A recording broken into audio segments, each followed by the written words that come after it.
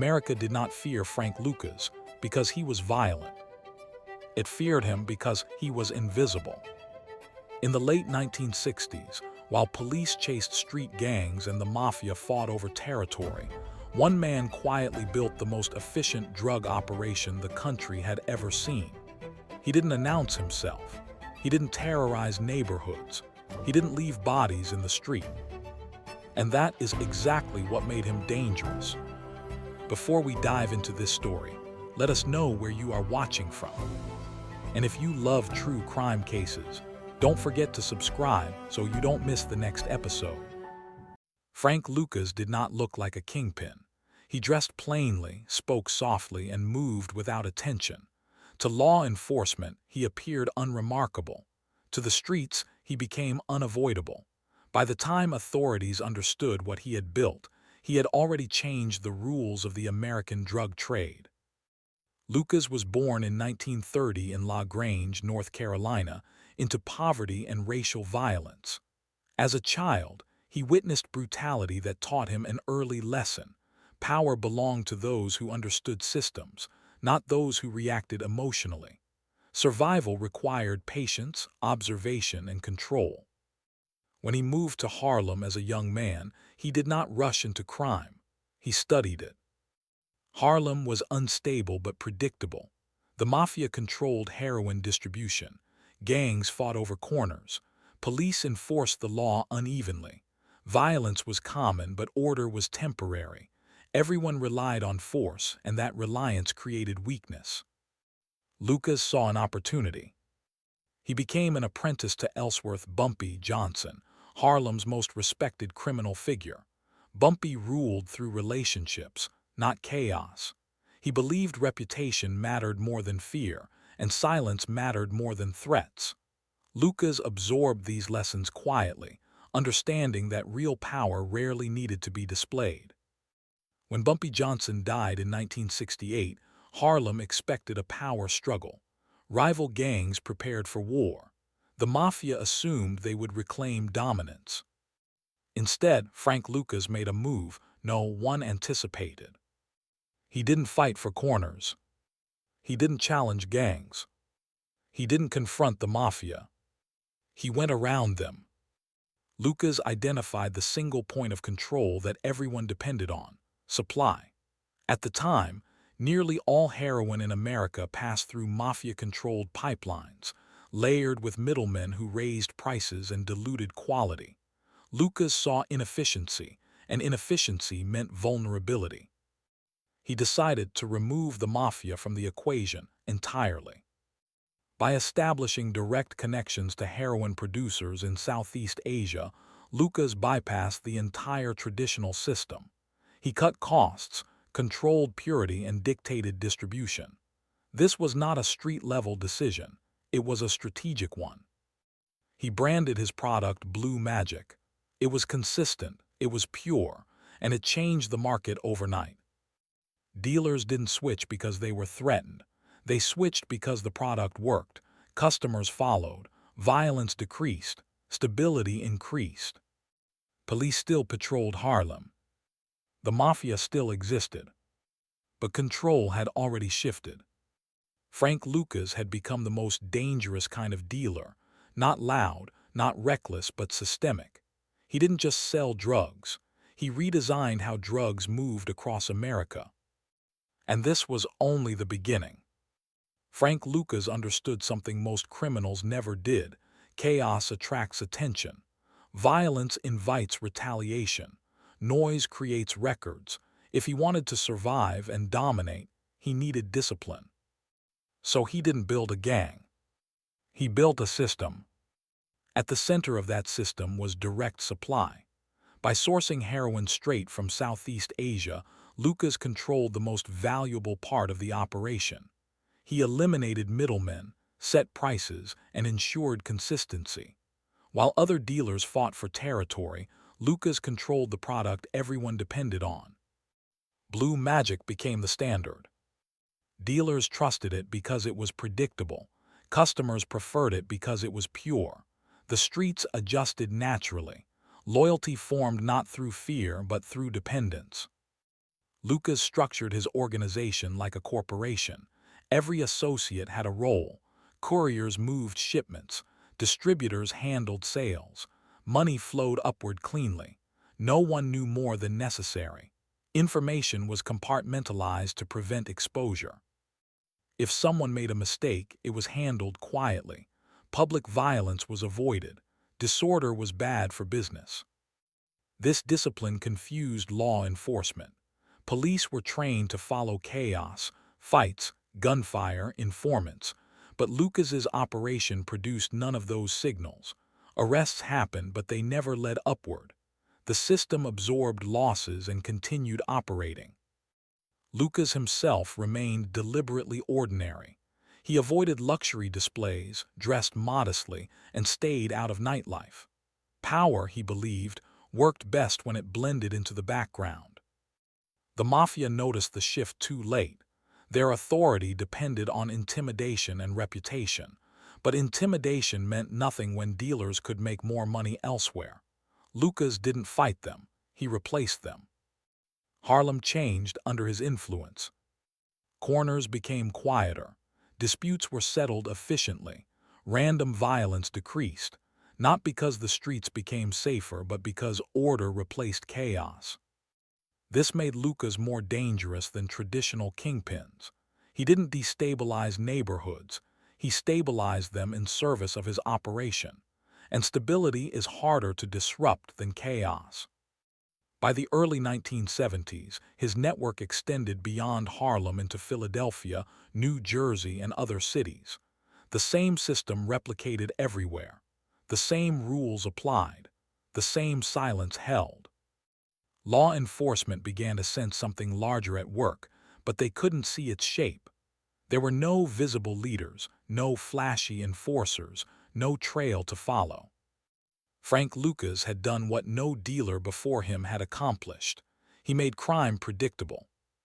And predictable systems are the hardest to dismantle.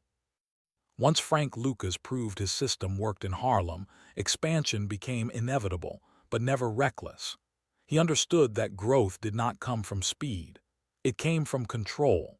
Expanding too fast created attention, and attention invited investigation. So Lucas expanded the same way he ruled, quietly. Philadelphia, New Jersey, and other East Coast cities were brought into the network one at a time.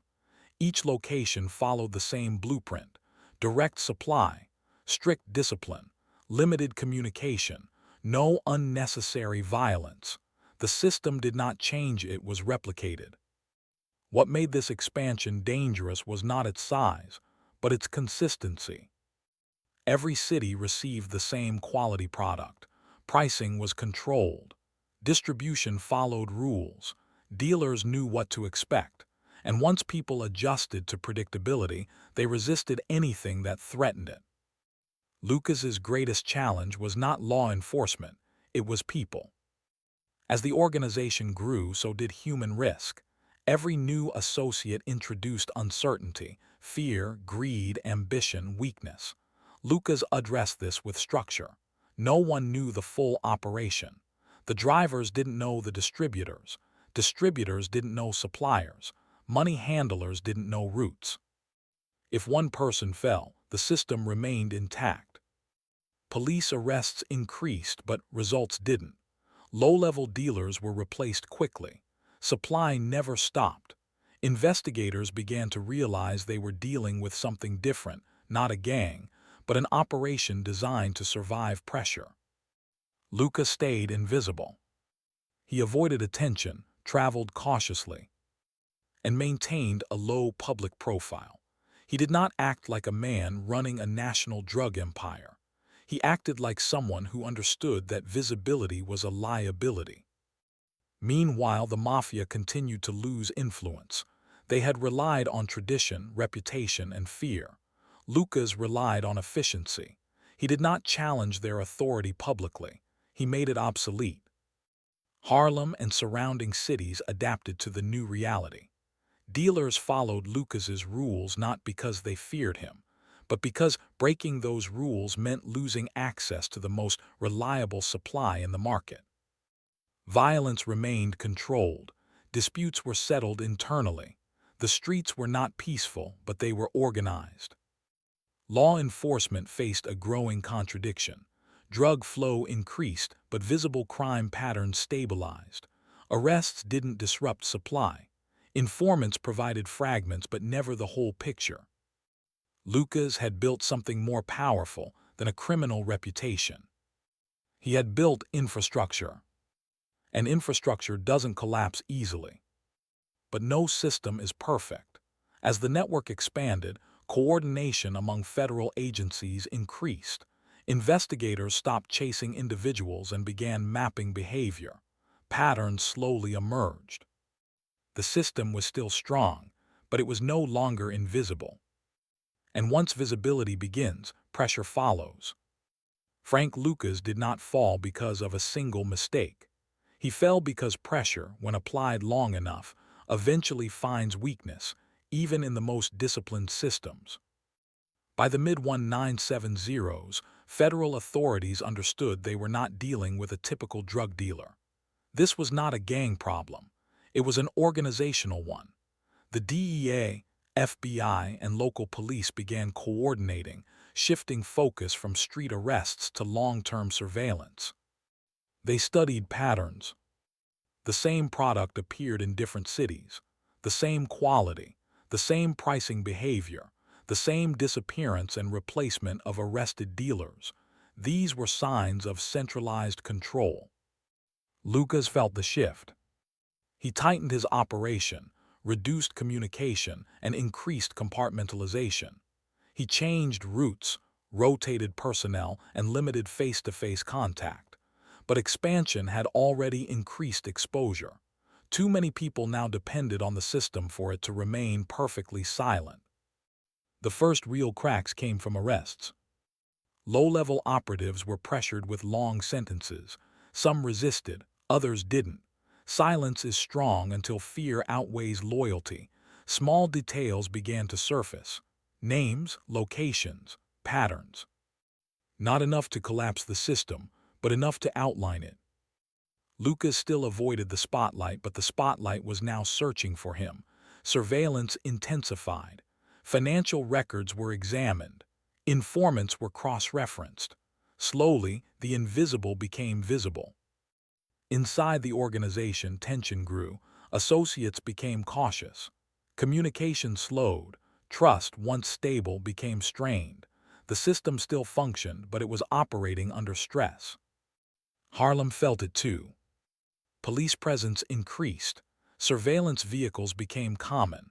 The calm order Lucas had imposed began to feel fragile, not broken, but waiting. The mafia watched quietly. They had been displaced without a fight. Now they saw the cycle repeating. Power built outside the law always draws attention powerful enough to dismantle it. Lucas understood the danger. He knew law enforcement didn't need a dramatic breakthrough. They only needed time, patience, and cooperation from the right person. And time was no longer on his side.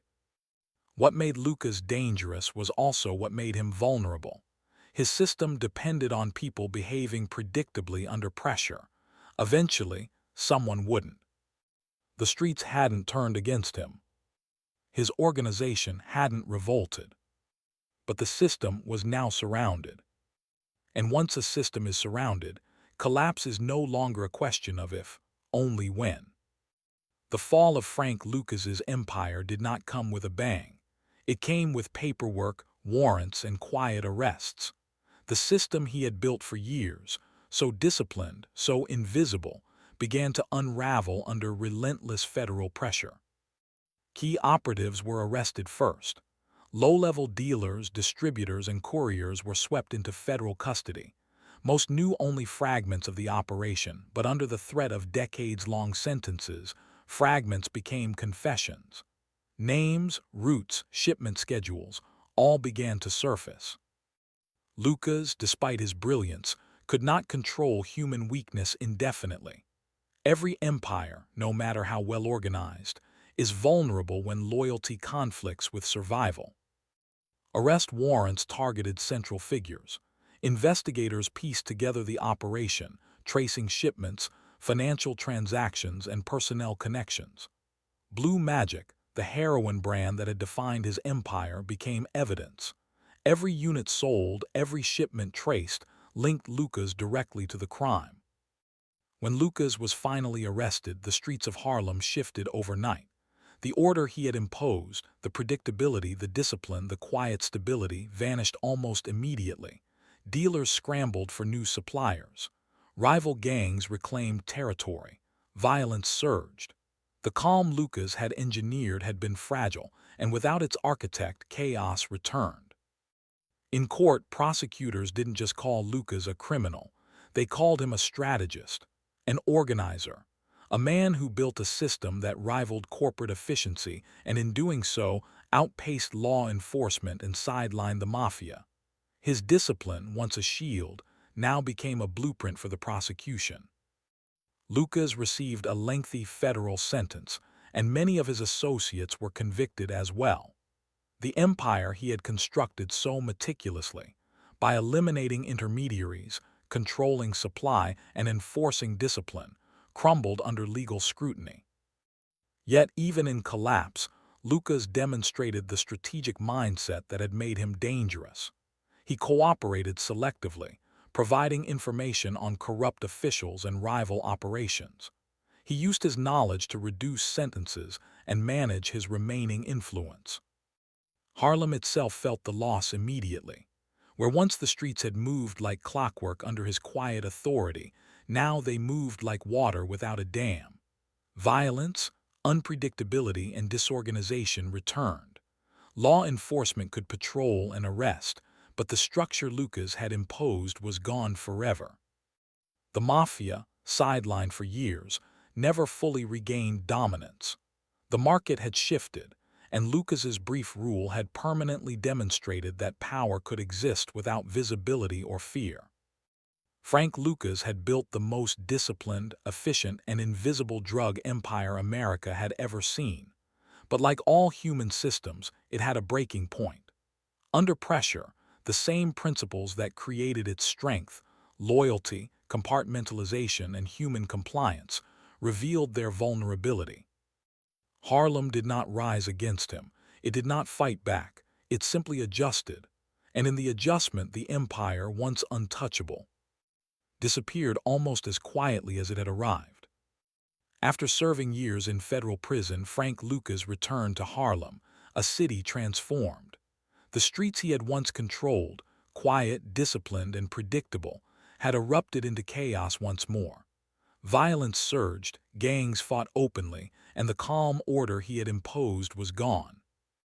Yet Lucas never claimed to be invincible. He framed his life as a study in strategy, human behavior, and systems management. In interviews, he described his operation not as a criminal enterprise but as a lesson in discipline and control. He acknowledged the lives ruined, the addiction, the arrests, and the deaths, but he also pointed out a harsh truth. During his rule, the streets had been more orderly than they would ever be again. His legacy is paradoxical. Lucas demonstrated that power does not always require visibility. It does not require weapons. It does not require fear. It requires understanding systems, enforcing rules consistently, and predicting human behavior. For years, his influence surpassed the mafia, rival gangs, and even law enforcement in Harlem. He controlled supply, loyalty, and behavior with quiet authority. Law enforcement eventually dismantled his empire, but only after years of patience, coordination, and pressure. Lucas had not defeated the law, he had outpaced it. His brilliance lay in seeing the limitations of conventional power and exploiting them with intelligence and foresight. Frank Lucas became more than a criminal. He became a symbol, the man who ruled America's streets not with violence but with organization, efficiency, and invisibility. Scholars and criminologists later studied his methods to understand how a single individual could dominate a market and control human behavior without overt force. Harlem remembered him differently. For some, he was a cautionary tale. For others, he was a figure who had temporarily imposed order where chaos had reigned for decades. His rise and fall illustrated the fragile balance between control and collapse in any system, legal or illegal. Even in his absence, Lucas's story carries a lesson. Influence is not always tied to status, uniform, or visibility. One person, operating with discipline, knowledge, and foresight, can shape entire communities and even outpace institutions designed to enforce order. Frank Lucas passed away in 2019, but the streets he once managed and the empire he quietly built and lost continue to echo his lessons. His life proves that the most dangerous kind of power is systemic, disciplined, and invisible. Harlem fell under one man's influence not because he was the loudest or the most violent, but because he understood the rules of human behavior, supply, and control better than anyone else. His empire, though temporary, reshaped the city and the history of America's drug trade forever. And in the end, that is what made Frank Lucas America's most dangerous dealer. Not the bullets he fired, but the system he built and the quiet authority he wielded over an entire city.